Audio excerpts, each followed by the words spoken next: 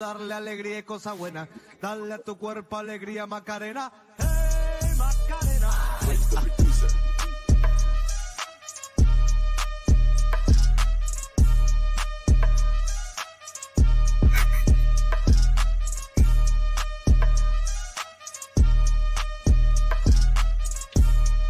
What's the word, chicken bird?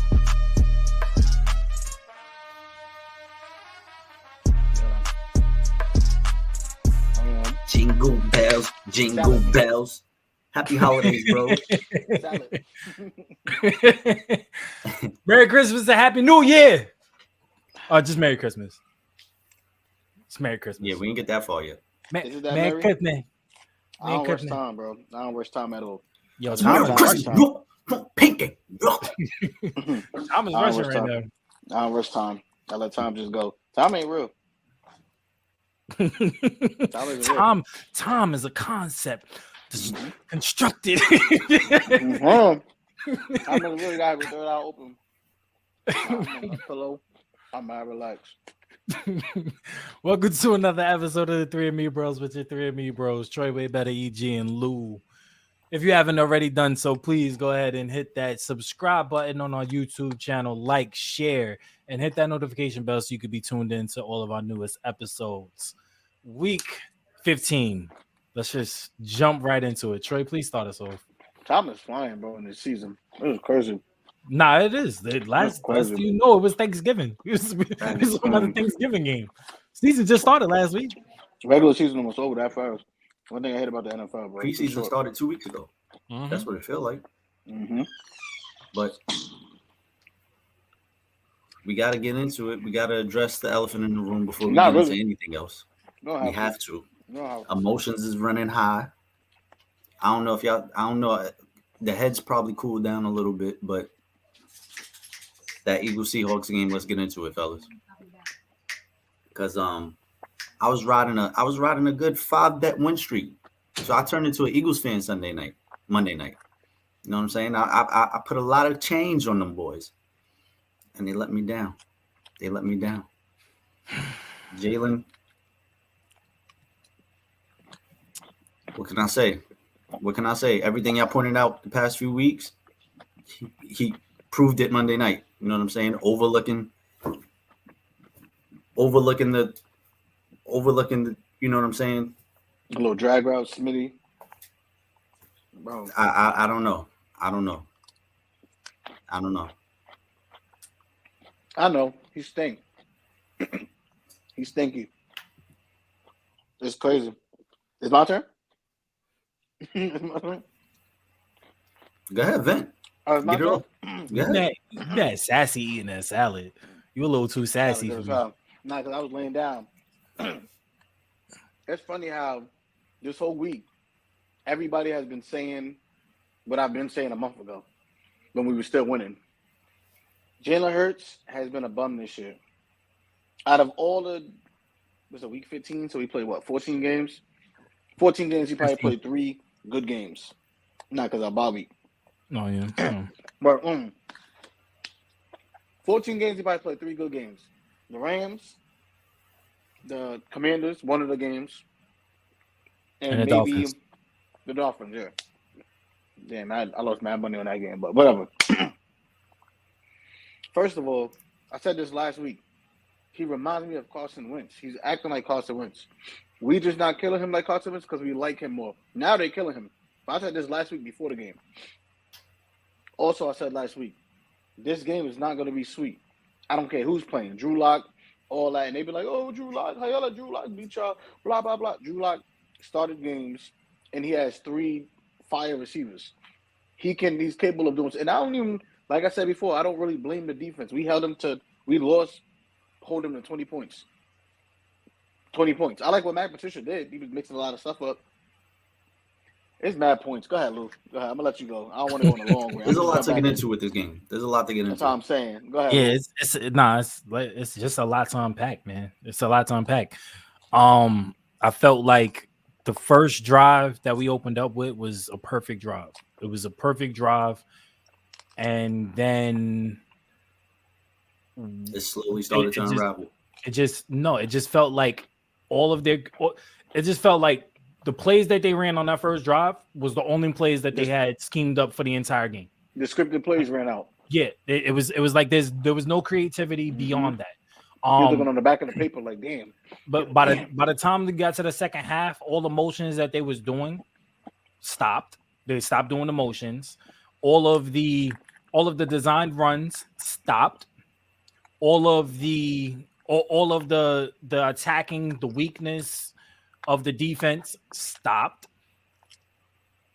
And then I'd say the first turnover, I can't put all the blame on Hurts. Don't do it. Don't stop me up. It's too early. It's 50-50. It's 50-50. Don't stop me up. It's 50-50. Listen, I put half of the blame on Hurts because Hurts should have realized that he had another receiver to go to. But I understand why he threw the ball, and I understand the play call at that point in time. Now, are you talking about the last play ball? It was an under. No. I'm talking about the first interception. It was an underthrown ball, but Quez it was a clear pass interference, but you cannot depend on the refs. Quez did a horrible job attacking the ball. Period. You know that you was out of position. You knew that you was held at that point in time. Just like Keyshawn Johnson said, you either sell the pass interference or you bat the ball down. There's two things that you do in that situation, and he didn't do one or the other. So that's why I put 50% of the blame on him. The other 50% totally on Jalen Hurts. I think he fell down on that though. I don't even think he was anywhere near the ball. No, when it got picked off. No, he was held. He could have he got pulled down to the ground, so I don't even think he could. Nah, bro. That hold impeded his whole momentum because he pulled down on his jersey, and that's when he dipped his shoulder. Like it impeded his entire run. Yeah, he was outrunning. He was outrunning everybody. He outran everybody. He had a couple of steps on him. That's why I don't blame Hurts for that pass. He had a couple of steps. No, that's why I say it's 50-50. That's why I say it's 50-50. I blame him for underthrowing the ball because he has a propensity of underthrowing balls because he's looking for the pass interference instead of looking for your receiver to make a play. But that's what they said. That don't make sense at all, especially in that situation. He has two steps on him. You're going to underthrow the ball. Quez probably could have put his hand out and all that, and I would like him to, but that has nothing to do with – I mean, Quez could have did that, but Jalen Hurts underthrew the shit out of that ball. There was no way Quez was catching it. It was a low pass interference, a little grabby, but all corners do that little grabby. It probably was pass interference. No, but it was full pass. I've seen people killing Quez, talking about, so why would you go to Quez? You know Quez is horrible. Like, why the hell wouldn't you go to the open man? I don't care who it is. Quez made a lot of good catches last game, and he did a lot of good things. Yeah, like they was killing him because he went to Quez. I don't care if it's Quez's mama out there. If she's open, throw her the ball. Like, what are y'all talking about? But that was 1,000% Jalen Hurts. No, it was underthrown. It was underthrown. But that's why I give 50% of the blame to him and 50% of the blame to Quez. I don't think it's equal. Because at that point in time, you know that you're held, you sell the call, or you bat the ball down. He didn't do either one of those things. So that's why I have to give 50% of the blame to him.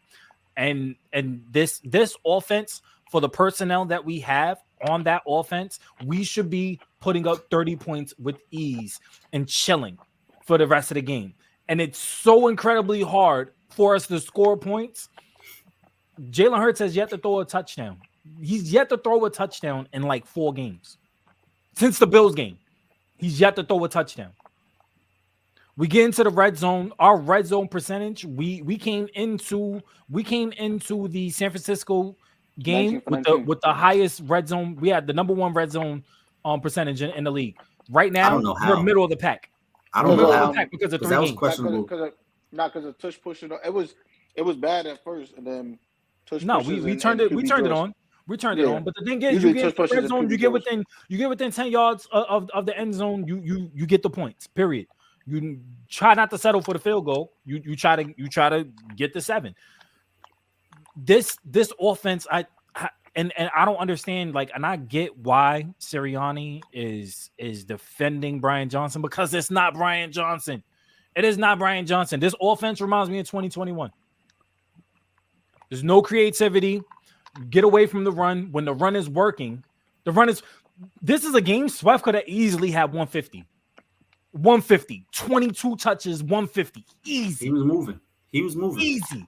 Instead, he ends up with 76 yards on 16 touches, 17 touches. This is a game he could have had 150. Even Gainwell was running the ball well. This is a game that you lean on your run, and then you go to your RPOs. But what do? We get away from the run. Where you have the lead. Why are you still trying to throw the ball? You're running the ball with success. 18 for 74, 4.1 yards per game per run. Come on, man. It's just easy. It's just easy. You're playing with the lead. Play with the lead. Don't do these dangerous things. Don't start throwing the ball. This is how you lose games. Isn't this how the Jags lost last week?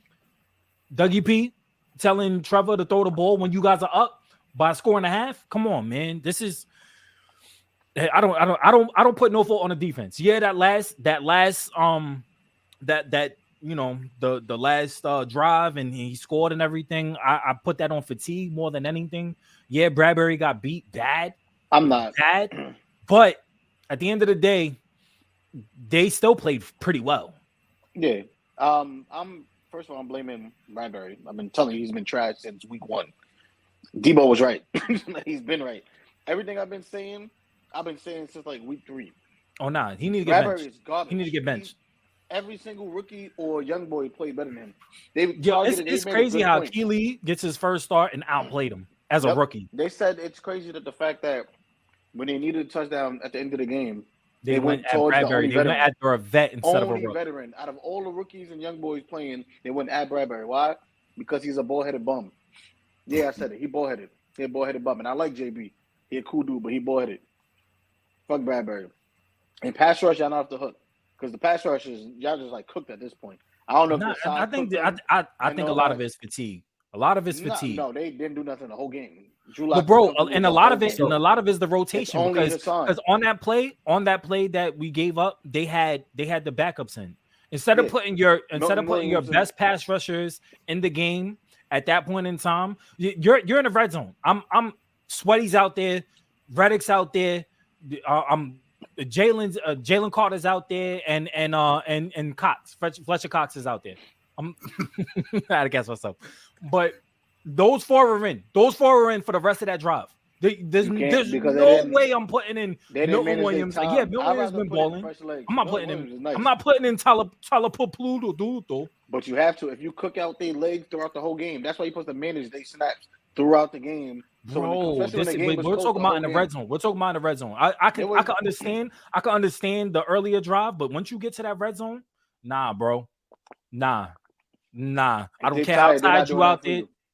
If they're tired, they're not doing nothing for you. But how tired are you that you can't play you can't play 2 plays? I need you out there for 2 plays. They don't know it's 2 plays. It could be 3, 4, 5. They don't know, and you can't sub. Bro, that was a third down. It was a third down. That was a third down. Maybe they should. I'm not saying they shouldn't have been in it, but on top of that, too, it don't even matter because JSN just ran right past Bradbury. It didn't even take that long.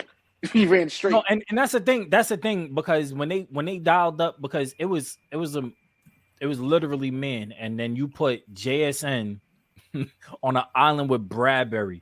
I wouldn't have done that. I would spy it.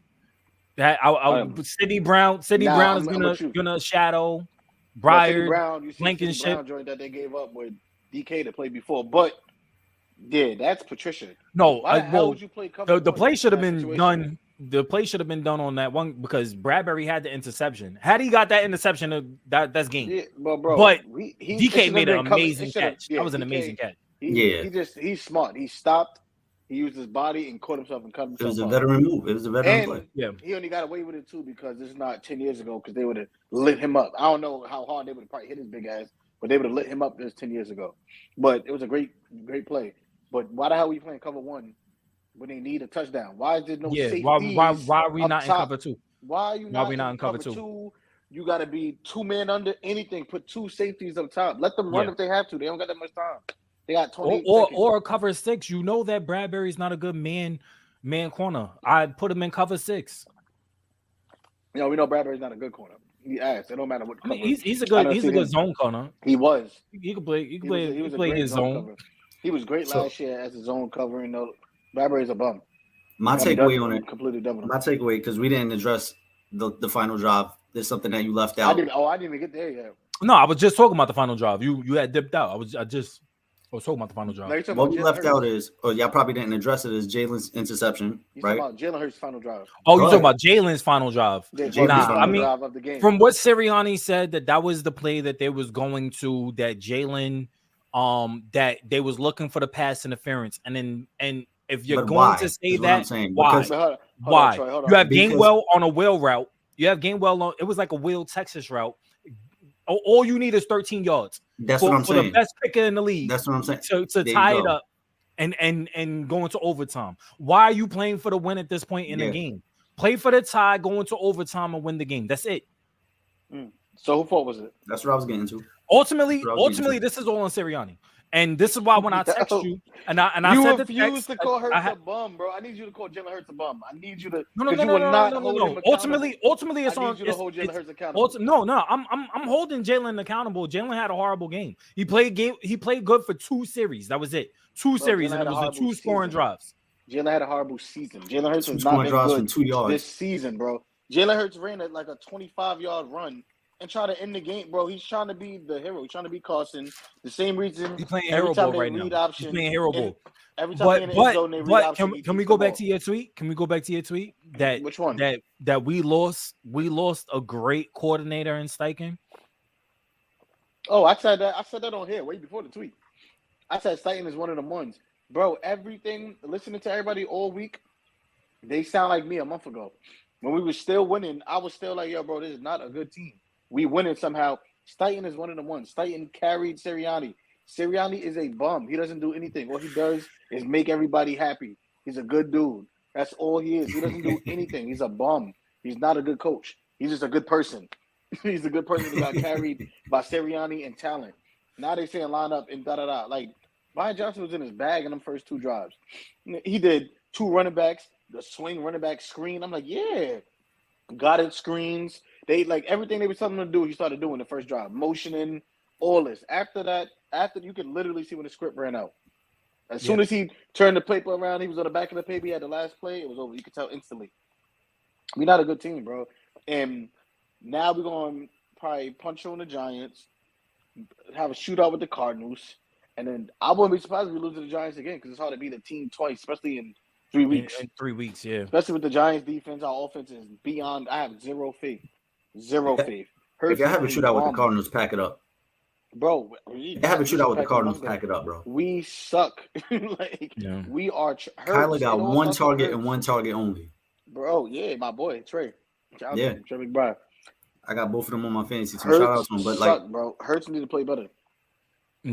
Hurts need to play better, and he's playing horrible. But also the play calling needs to change. It's trash too. But like I said from before, I cannot blame. I'm done blaming the play calling before I blame Hurts because because ultimately it's up for the quarterback to get the ball to where it needs to go.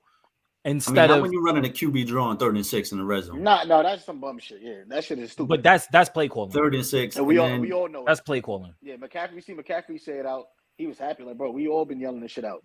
Kudos to you, my boy. But Hurts, at the end of the day, I can't blame. People are still open. We see Smitty. We see people he's missing. And that's what hurts. Because if he hitting them, it would look different. It would look marvelous. But if Hurts is not seeing, if people are wide open, then that's not the fully, like, I can't blame the play caller before I blame Hurts. This was a good game to get Smitty more involved anyway, because Smitty was killing. Smitty's route running Smitty is unguardable. He cannot be guarded 1-on-1 and man. But he took, and AJ is his bestie. So the play that he made in the red zone where he caught the ball on the out, it was a zig, and he took his defender all the way into the middle of the field before he cut out for the zig. And he's some athletic corners, bro. Reek is an athletic corner. I don't know much about Michael Jackson, but Reek didn't play a lot. Yeah, he didn't. They kept taking Reek out. He cannot be guarded 1-on-1, bro. But he just forced the ball to AJ. The AJ don't get the ball after a couple of plays. You know Hurts gonna throw a bomb to him. And that last touchdown, I wasn't even that mad, bro. I just said it that last pick. Like he want to be the hero so bad, bro. So bad. He just ran 25 yards. You throw a bomb. Then you throw it to Julian Love, who's a former Giant. Come on, bro. Hurts is a bum. He's a bum. He's That's why I He got to show me again. After last year, said he got to show me again. That's over, bro. I have no faith in him. He's a bum. All right, let's move on. Let's move on. He's a bum. Chiefs at Pats. Chiefs could have ran up the score. They decided to take a knee. What a classy move by Andy Reid. Hold on.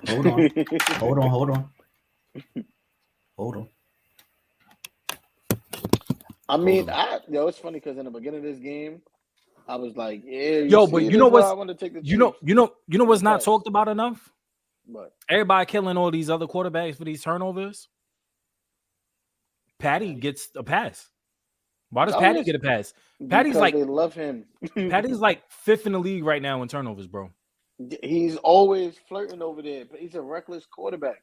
They love the NFL loves Patrick Mahomes, but he doesn't get killed nearly as much as Josh Allen. Of course not. He doesn't get killed as much as Lamar, as Jalen, as Dak. Arguably, what I would say though, to his defense, he has way more cachet. Like he has more. He won chips and he's been way more greater. So that's fine. But it gives you a little bit more room. You don't get criticized the same. No, if you've done it before or multiple times. You don't get criticized. This is a show me league, is it not? This is a week to week show me league. Week to week, he's looked ass too. Like let's keep everything in perspective. Yeah, we're gonna hold Jalen accountable. We have to hold Patty accountable too. Patty's receivers lead the league in drops. I don't care. I don't care because half of those interceptions are still him. It's still him. I'm saying like certain thing. His receivers is ass. If you put him on the Eagles right now, you think he playing like Jalen? Hell no. No, he's MVP. Hell no. You put Jalen on the Chiefs? Oh, Jalen probably won't even start. He'll get benched. Not Trent Green. Who the hell the old ass quarterback behind Patty that be coming in time to time? He'll be in. Put that man like Patty. I back up right now. I know Patty is gassed OD, but I'm not going to kill him that much. His receivers is trash. Andy Reid. I mean, he leans on Andy too. And by the way, too. Side note. Yeah, Matt Stafford and Patty, like their arms, it's not even close anymore. I don't even think it's close.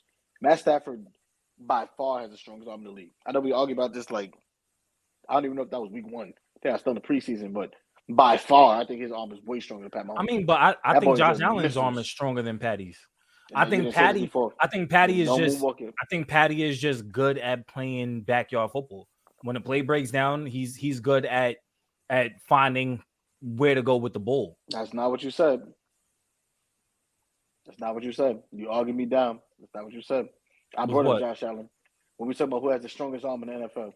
The strongest or the better arm? Because those are two different things. No, I think we say that's not two different things, Troy? I don't know what you. That's not two different things. We're not getting into that again. There's not two different things.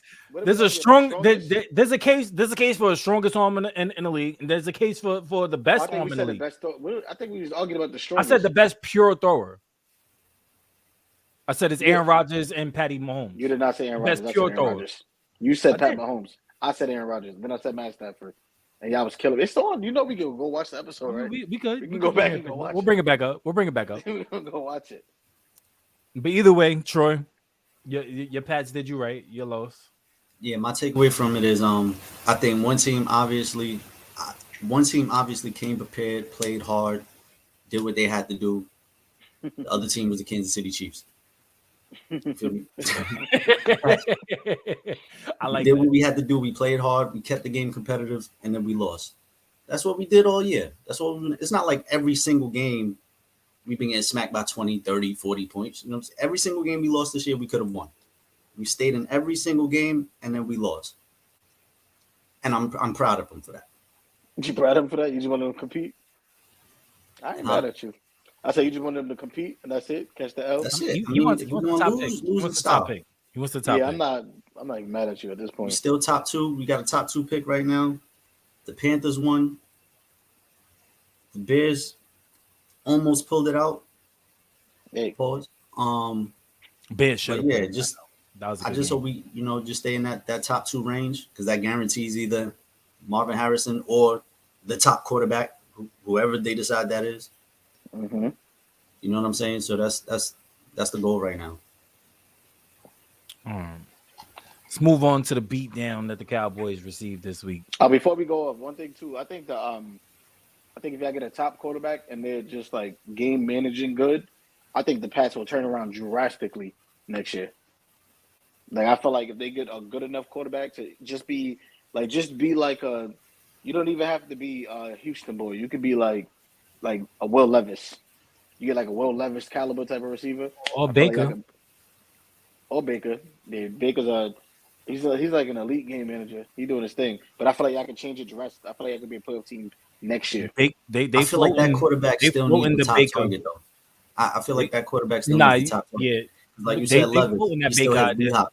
Baker, he still has Mike Evans. I feel like that quarterback needs a one, like an alpha. You need an alpha though. You need somebody that's gonna move the sticks. You need somebody that's short-handed that's gonna move the sticks. G. Higgins is gonna be available. There's gonna be some receivers available this offseason. T, Mike. Yeah, I think T is the most realistic. I think Mike want to go to a contender, but I think T is realistic. He was at the top of my trade list at the trade deadline when he was somewhat available, but then he was fake available. Word. Let's get into the Bills and the Cowboys. Mm-hmm. My boy Cook was cooking. Finally, they gave my boy the ball, bro. Let Dalvin's little brother cook. No pun intended. My boy James. Pun intended. Totally pun intended. Shout out to my boy James. He finally, you know what I'm saying, he cooking. Jamie. Shout out to Joe Brady. Shout out to Joe Brady. Mm-hmm. Joe Brady got Josh Allen. I'm not gonna lie to you. I was talking with my coworkers at work, the Cowboys fan I was telling you about, and he said it himself. He said that coming into this game that he feared the Bills because the Bills are going to be more physical than the Cowboys, which they were. They set the tone early, and then 2, Josh Allen has been playing different since Joe Brady has taken over as offensive coordinator. Which is Joe also Brady is a problem. Like Joe Brady, you got to put some respect on his name. What he did with Joe Brady at LSU. Joe Burrow at LSU. Like put some respect on that man's name. Just because he failed in Carolina when he, you know what I'm saying, followed was it Matt Rule? Matt Rule hired him.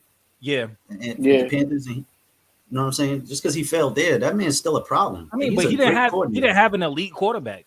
He arguably has an elite quarterback in Josh Allen. And he can mix things up and do things that ultimately he was doing at LSU that he could kind of incorporate in Buffalo right now. He has that kind of personnel that they had. Well, I mean, not the exact personnel because J. Jeff and Chase but I mean they have a really good personnel in Buffalo that he could mix up and do some really creative things on the offense. And you've seen, I mean, he had 7 completions for like 90 yards, 94 yards. Yeah, he didn't have to do anything, and he said it himself in an impressor. He was like, you know, it's like it's like having a group project and not doing nothing and getting an A+.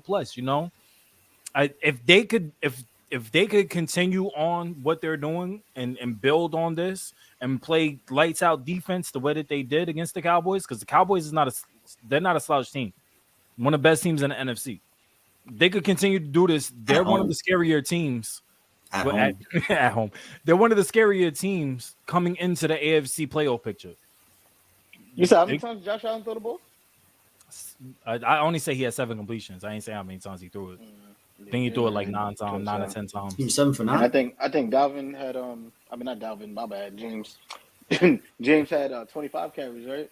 Yeah. Yeah, Swift had 11. Wait, Swift only had 11 carries? When we played them, yeah. Oh. Okay. Yeah. But anyways, but yeah, I mean, but do y'all agree though that if the Bills continue on this trend that they could be they're a scary ghost contender right now? Yeah, I mean, I still think they're a little fraudy. This does add a little bit more cachet though, because they're starting to beat like good teams now. But whatchamacallit, my phone getting texts and all that. But I think they're good enough, but they still gotta show me more. And I don't feel like you beating every team like this. Like I like the fact that they're like, all right, they can't stop the run, we're gonna run it. You know what I'm saying? They're not trying to get too cute and all that, but their weakness to me is still like their passing game outside of Diggs. And when Diggs is locked up, Josh Allen flutters a little bit and starts being Josh Allen. So, I mean, it's a good win though. The Cowboys to me is a very good team, but I know how they are. They smacked us, but they still I know how they are playing good teams. Right now, we're not a good team, so I can't even say us. So I know how they are versus good teams outside of us. Yeah, because we're not a good team. It's fucking suck. Move on to the Ravens at Jags. I didn't expect this game to go the way that it did. I thought that it was going to be a lot closer. You thought it was going to be a blowout? I did. I didn't think it was going to be a blowout. I thought it was. I told you I was on a 5-bet win streak, right? So the Bills I had the Ravens. I was on a hot streak. I'm not mad at that. I didn't think it was going to be a blowout. I thought it was going to be a good game. I thought that coming into this game, I thought that, especially with the loss last week from the Jags, I thought that it was going to be, I thought they were still going to lose, but I thought it was going to be close, maybe a 4-point win.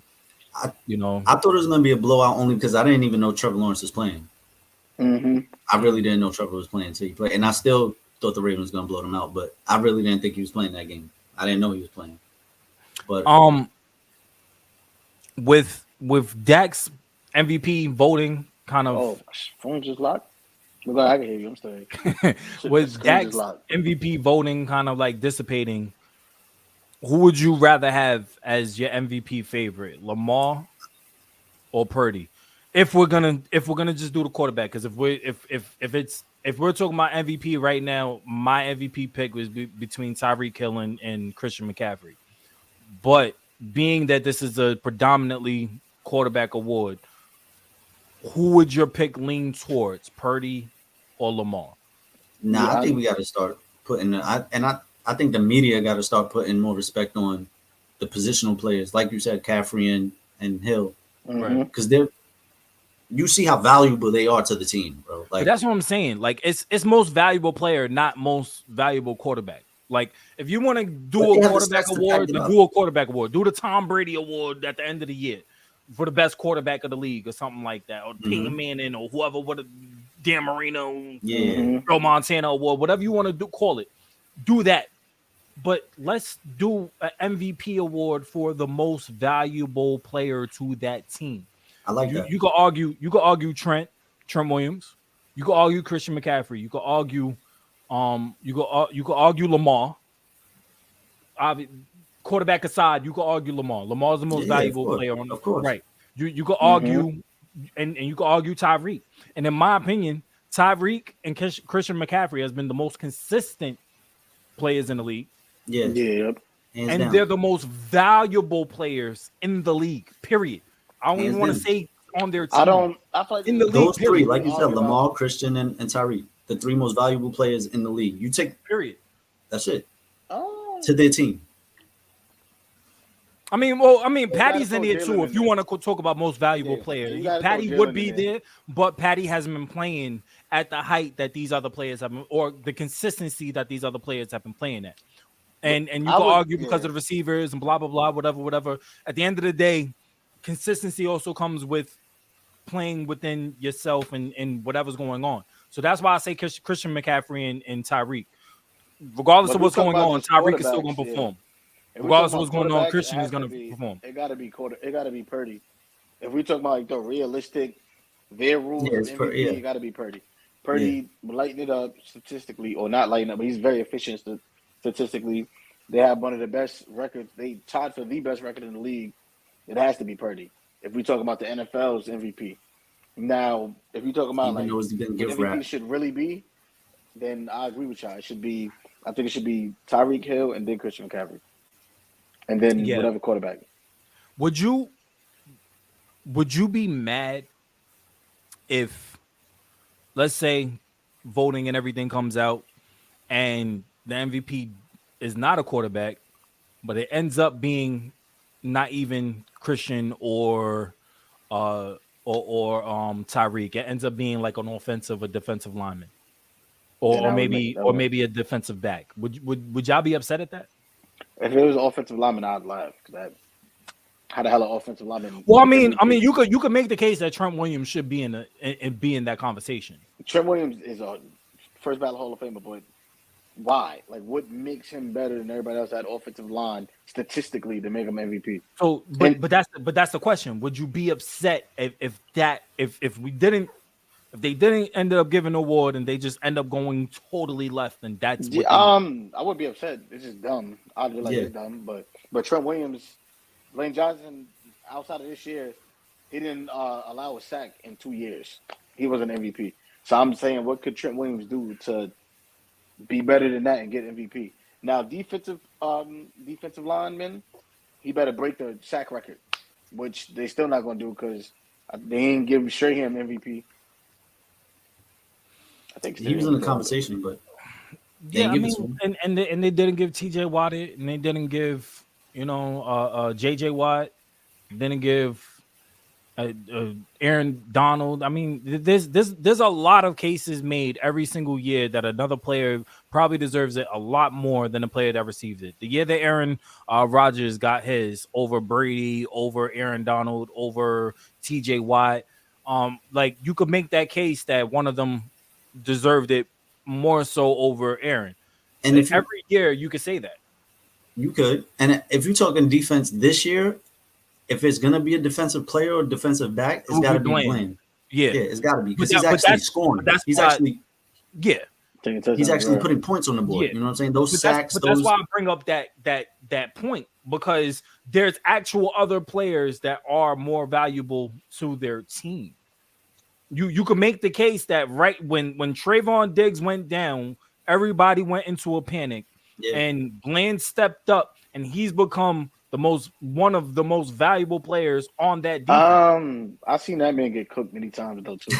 He made a lot of great plays. But the thing is, at the end of the day, he's one of the most valuable pieces right now on that defense, aside from Parsons. Aside from Micah, Right. So what I'm saying is, when you look at every single team, it doesn't have to be the quarterback, because sometimes it's not the quarterback that is the most valuable player. Case in point, San Francisco 49ers. Without Christian McCaffrey, that offense does not run the way that it runs currently.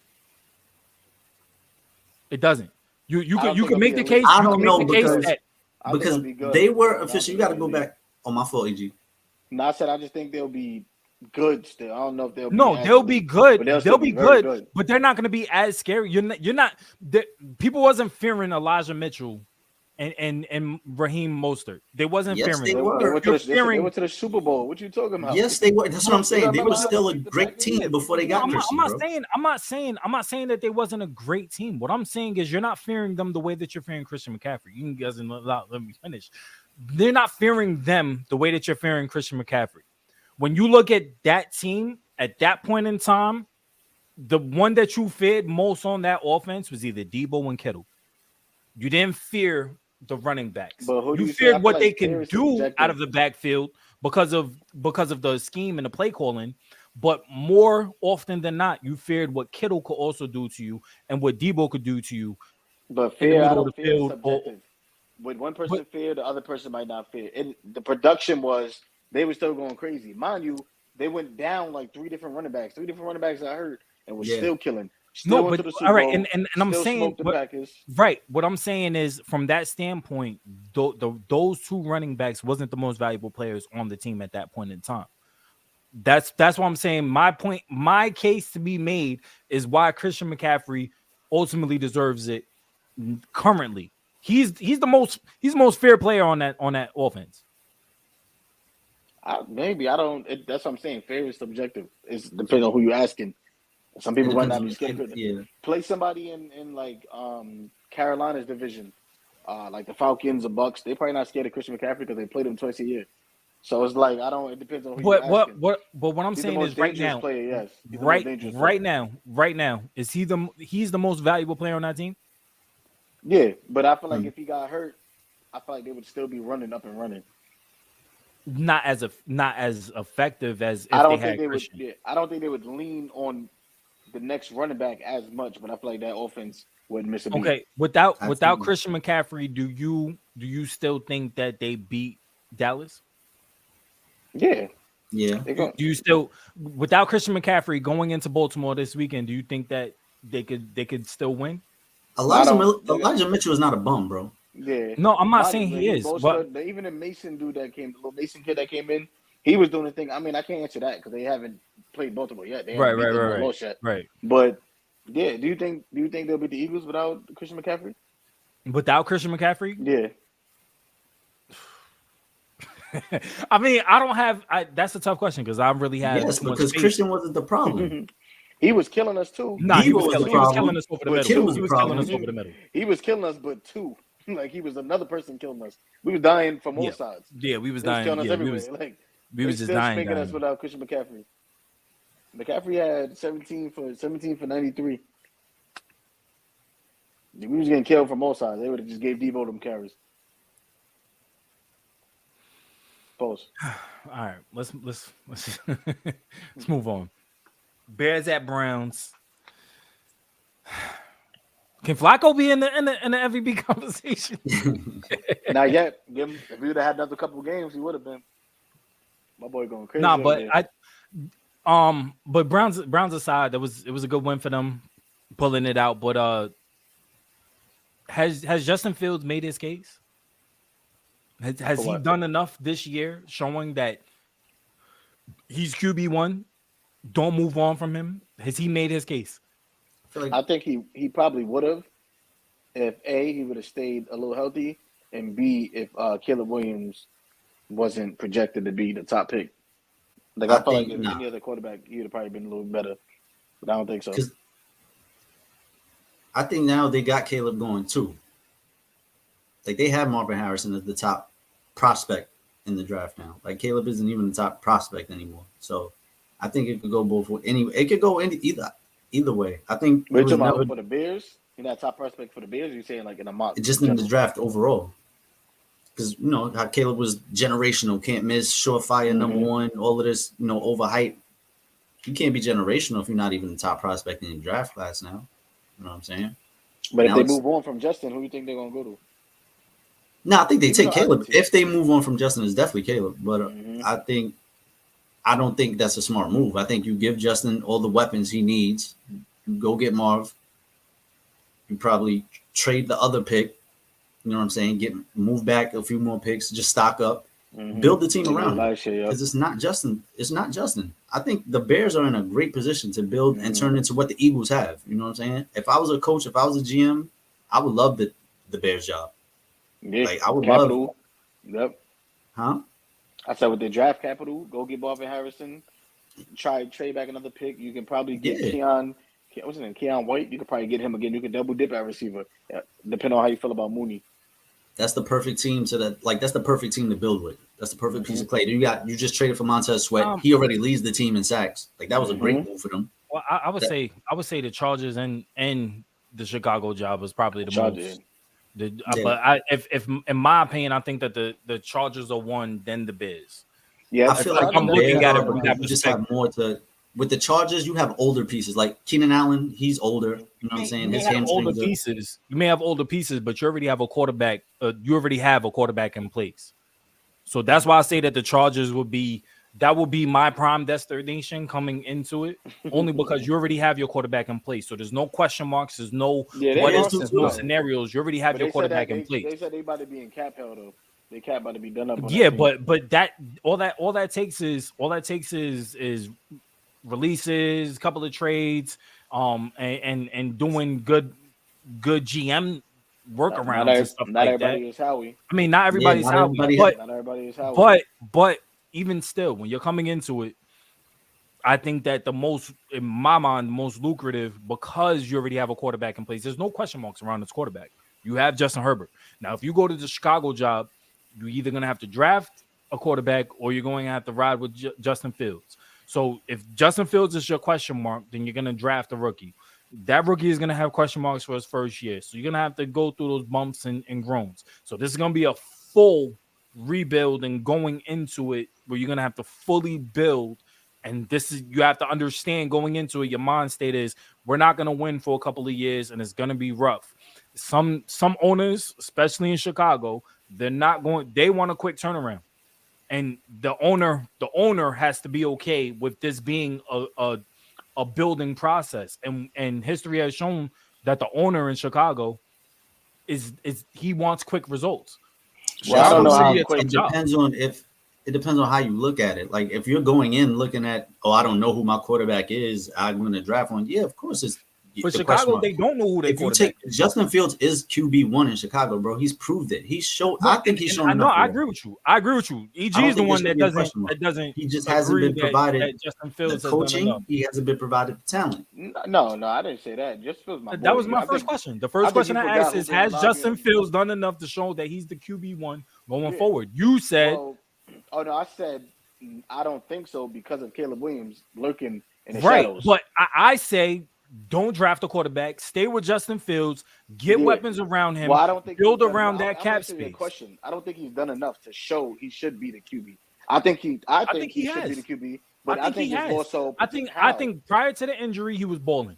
Then he comes back off the injury. He has an okay game, but then he turns it back up. Even in the last game, it literally came down to him. A Hail Mary pass that he put on the money. Mooney almost had it. Yeah, like that's a different story. That's what I'm saying. So at the end of the day, it's like in my opinion, don't breeze through it. He threw 47.5% for 166 yards with 1 touchdown and 2 picks. Okay, that's not a good game. He's also playing against a really good bit of Browns defense. Yeah, I can go through any Browns game. Nobody's stats is this bad. 166 passing yards and 2 picks. 47. That's less than half of his passes completed. Before that, he threw for 233, 57%. His percentage is still bad. That's not a good percentage for a quarterback. Before that, 217. Do you think the Lions defense is good? He threw for 169 yards against the Lions defense. 58 yards against the Vikings. I think that might have been the game he got hurt. But 58 yards. Where he threw for 400 yards though. 400. That was a Monday night game. No, I was I see 335. Was the Broncos, October 1st. That was the Thursday night game, whatever that was. I think he was recording as it went. But outside of that, he had that. I think he has then he had 282. I think he just need the personnel. He just like any other quarterback. He just need the personnel. Me too. I mean, I feel like it's him too. Like I don't want to let him off the hook. He got to process faster. But I literally see him in the same boat as Josh Allen. Tua, Jalen, when they was all question marks at some point, right? They was all, look at his stats, look at him. I don't think he's QB1. And then they get an elite weapon, they get an alpha, they get the personnel, and they took off. Him and DJ Moore, you see, and I'm here with you, but I'm saying I'm answering the question is has he done enough? My answer is no, he has not done enough. Now, what we talk about is like potential. You get him a wide receiver, and then, like we want him to stay off of potential. But if I'm answering a question.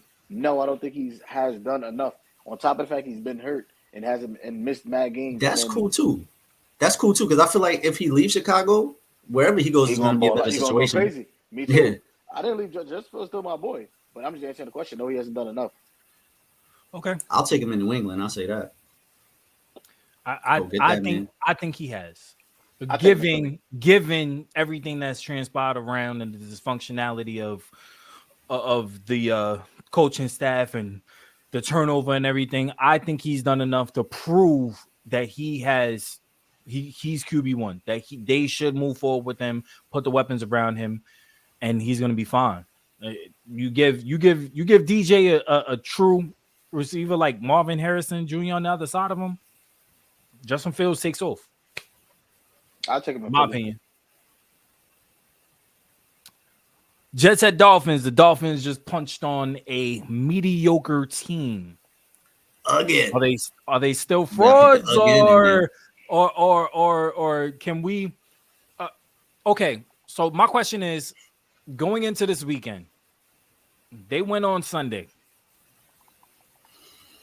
Are they still frauds, or can we say that they're putting it together and they're doing something? Because my biggest question was coming into this game, what was it going to do without Tyreek? They finally using Waddle the way that Waddle should be used. They got the boys on Sunday. So they win this week against a really good defense, against a really good team. Do we say that they're all fraud alert and that they're looking like something, or Or are we still iffy?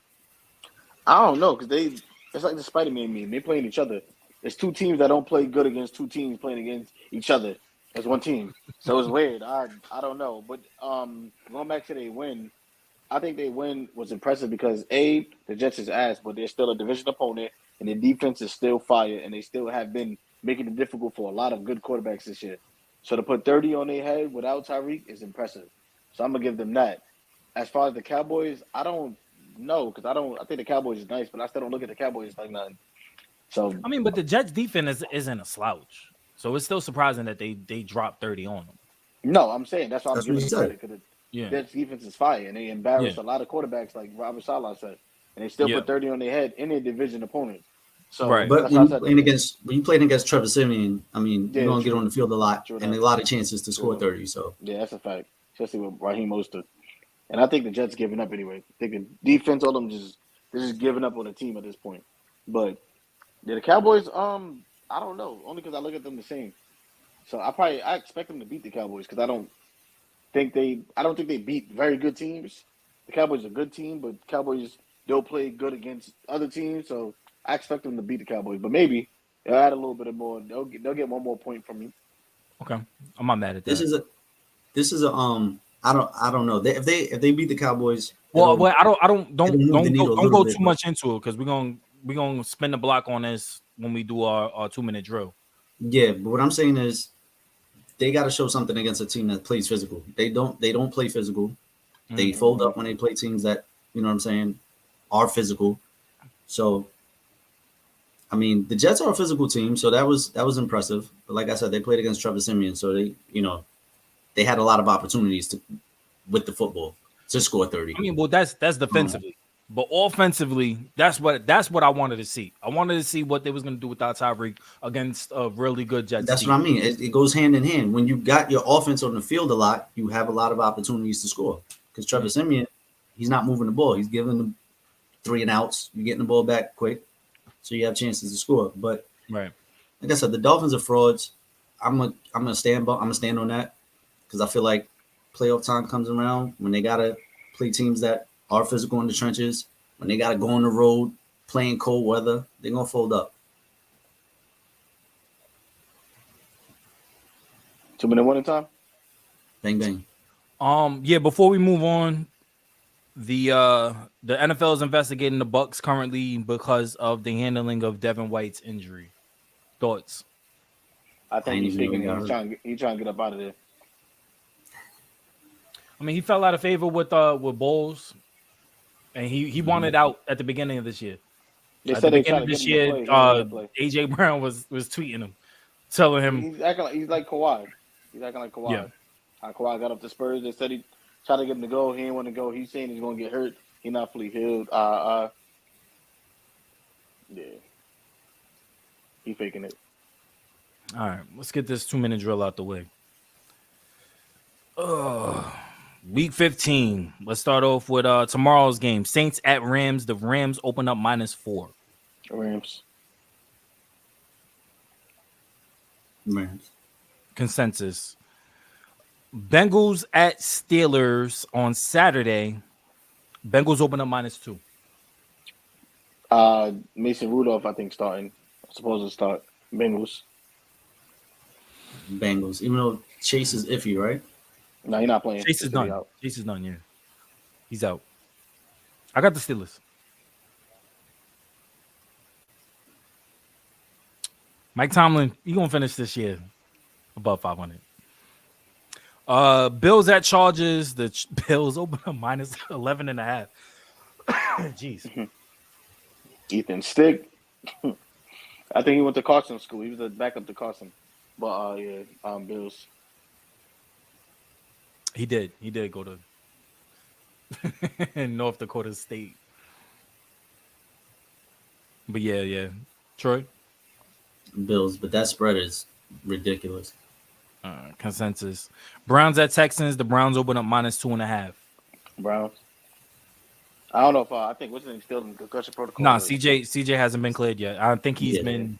I think he's. They already ruled him out. I think for Saturday. I think it was Browns regardless. Yeah. Consensus. And Nico might be out again too. So Nico's out. Colts at Falcons. The Falcons opened up -1. I think this is disrespect to the Colts. I got the Colts. Mm-hmm. I got the Falcons. Falcons just lost to the Carolina Panthers. Division opponent. I don't care. It's a disgrace. I got the Falcons. Wait, who they play? Points. They play the Colts. Falcons and Colts. The Falcons play the Colts? Yep. Yeah. That's not a division opponent. No, he's talking about. I was talking about that they. Oh, the Panthers. Yeah, I feel it. I still got the Colts. Commanders at Jets. The Jets open up -3. Commanders. I got the Commanders. Consensus. Lions at Vikings. The Lions open up -3. Division game. I think last time they played, Jared Goff stunk it up. But Jared Goff came up. He just threw 4 touchdowns. He's hot right now. It's in Detroit, right? No, it's in Minnesota. They got a dome, Minneapolis. They got a dome now. Yeah. Golf good. I got the Lions. Consensus. Packers at Panthers. The Packers open up -5. I only got the Packers because they're playing the Panthers. I only got the Panthers because they playing the Packers. You really picking the Panthers? I'm dead serious. Jordan Love, that man is Jackal Hyde, bro. I got the Packers. I can't trust the Panthers right now. Seahawks at Titans. Seahawks open up -2.5. That's a good one. I got the Titans. They're home. I'm leaning towards the Titans too, bro. They feed Derrick Henry. They're not stopping them. They got to come down to Geno playing. He should. They saying he should play though, but nah, he's playing. He was cleared. Yeah, I got the Seahawks, but barely. Sure. Yeah, the Seahawks got more weapons. I'm gonna go Seahawks. They equivalent. Jags at Bucks. The Bucks open up -1. Matter with Florida. Not the Bucks, man. Jags been sticking it up lately. Not the Bucks. That's a good one. I'm gonna go Jags though. I'm gonna go Jags on this one. Cards at Bears. The Bears open up -4. Got the Bears. That's gonna be a good little runaround game of quarterbacks, battle of the runarounds. It's gonna be an exciting game. But yeah, I got the Bears. It's the battle of the top picks too. I don't know who I got to cheer for in that game, but I think I got to cheer for the Bears. I got the Cardinals. I got the Bears. Cowboys at Dolphins. The Dolphins open up -1.5. Tyreek is back. No, I got the they're gonna run wild on them. The Dolphins is we're both running back, so I got the Dolphins.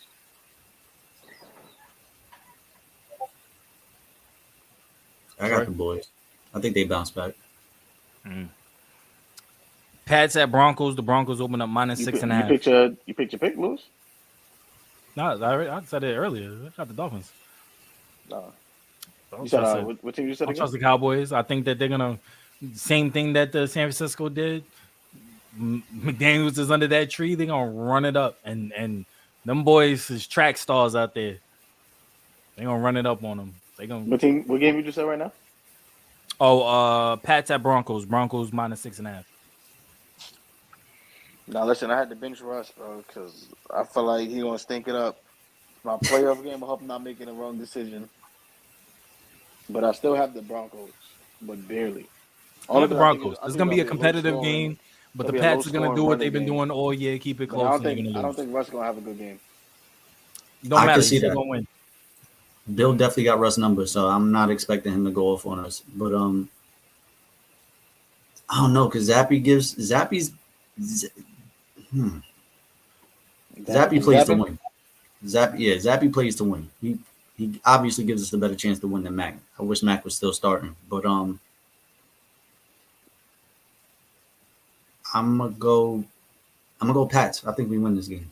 Sadly. So the Christmas game, Raiders at Chiefs. The Chiefs open up -10. I think Isaiah Pacheco is back.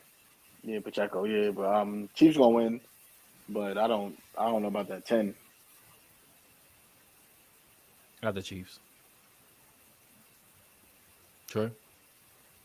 I have the Chiefs. Giants at Eagles. Eagles open up -12. God, why they give us such? I'm not sure if we'll cover that either, but Eagles. I got us. Troy. Okay. Cowboys? I mean, no, Giants? Cowboys? No. That's a good pick. No, that's not my pick.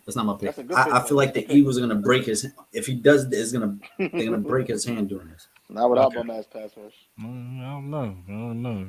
Get the lasagna! It's going to be the same show. And game of the year, Ravens F out at the 49ers. The 49ers are -5 right now. I believe in Lamar. He gonna run. I think he gonna run wild. I think the Ravens gonna be the more physical team. They're gonna break the Niners spirit. Debo, he gonna get hit. He gonna come over the middle and Roquan Smith. Yeah, he gonna light him up. Hit him. That's what I'm saying. He gonna be like, oh damn, I could get tackled. I got the Ravens. I think it's gonna be a close game. It's gonna be in the teens.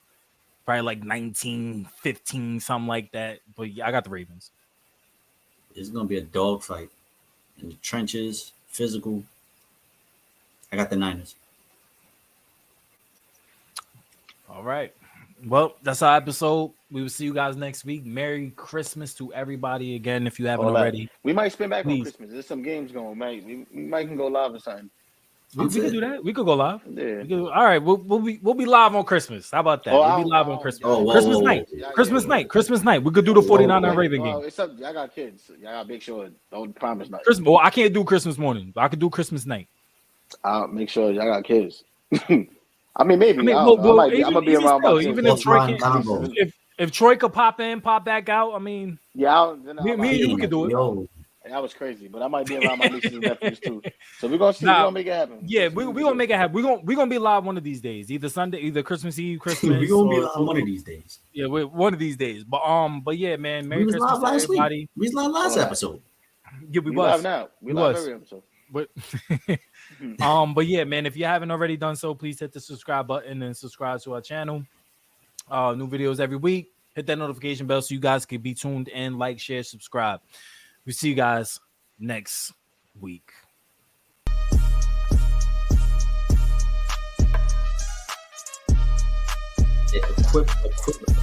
Equivalent.